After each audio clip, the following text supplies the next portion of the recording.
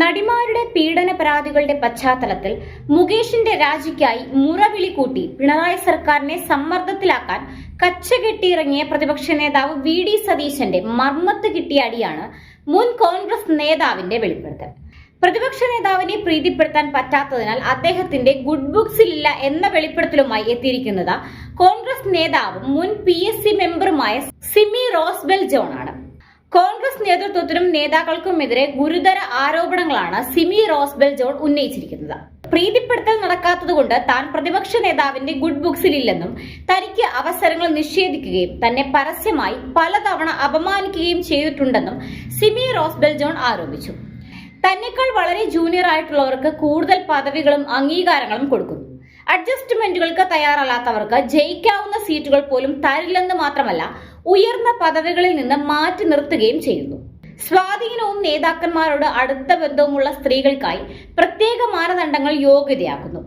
കോൺഗ്രസിലെ ഇത്തരം വിവേചനങ്ങൾ നടപ്പിലാക്കുന്നത് പ്രതിപക്ഷ നേതാവ് അടക്കമുള്ള സംസ്ഥാന കോൺഗ്രസിലെ പവർ ഗ്രൂപ്പാണെന്നും കഴിവോ പ്രവർത്തന പരിചയമോ ഇല്ലാത്ത സ്ത്രീകൾക്ക് ഈ സ്വാധീനത്തിന്റെ പുറത്ത് ഇപ്പോൾ അവസരം നൽകുകയാണെന്നും സിമി റോസ്ബെൽ ജോൺ ആരോപിച്ചു. സ്പോൺസർമാരുണ്ടെങ്കിലേ ഇപ്പോൾ വനിതകൾക്ക് കോൺഗ്രസിൽ അവസരം കിട്ടുമെന്ന അവസ്ഥയാണ്. മെറിറ്റുള്ള സ്ത്രീകളെ തഴഞ്ഞ് പ്രീതിപ്പെടുത്താൻ പിറകെ നടക്കുന്ന ചൂഷണത്തിന് നിന്നുകൊടുക്കുന്ന സ്ത്രീകൾ മാത്രമാണ് പരിഗണിക്കപ്പെടുന്നത്.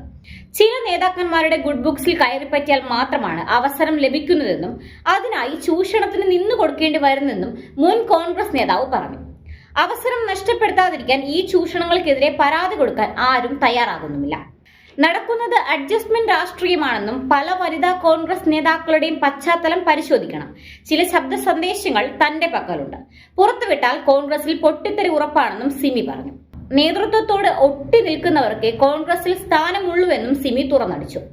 ജെബി മേത്തർ, ദീപ്തി മേരി വർഗീസ് എന്നിവർ അർഹതയില്ലാതെ അവസരങ്ങൾ നേടിയത് ഈ സ്വാധീനവും ബന്ധങ്ങളും ഉള്ളതുകൊണ്ടാണെന്നും സിമി റോസ്ബെൽ ജോൺ ആരോപിച്ചു.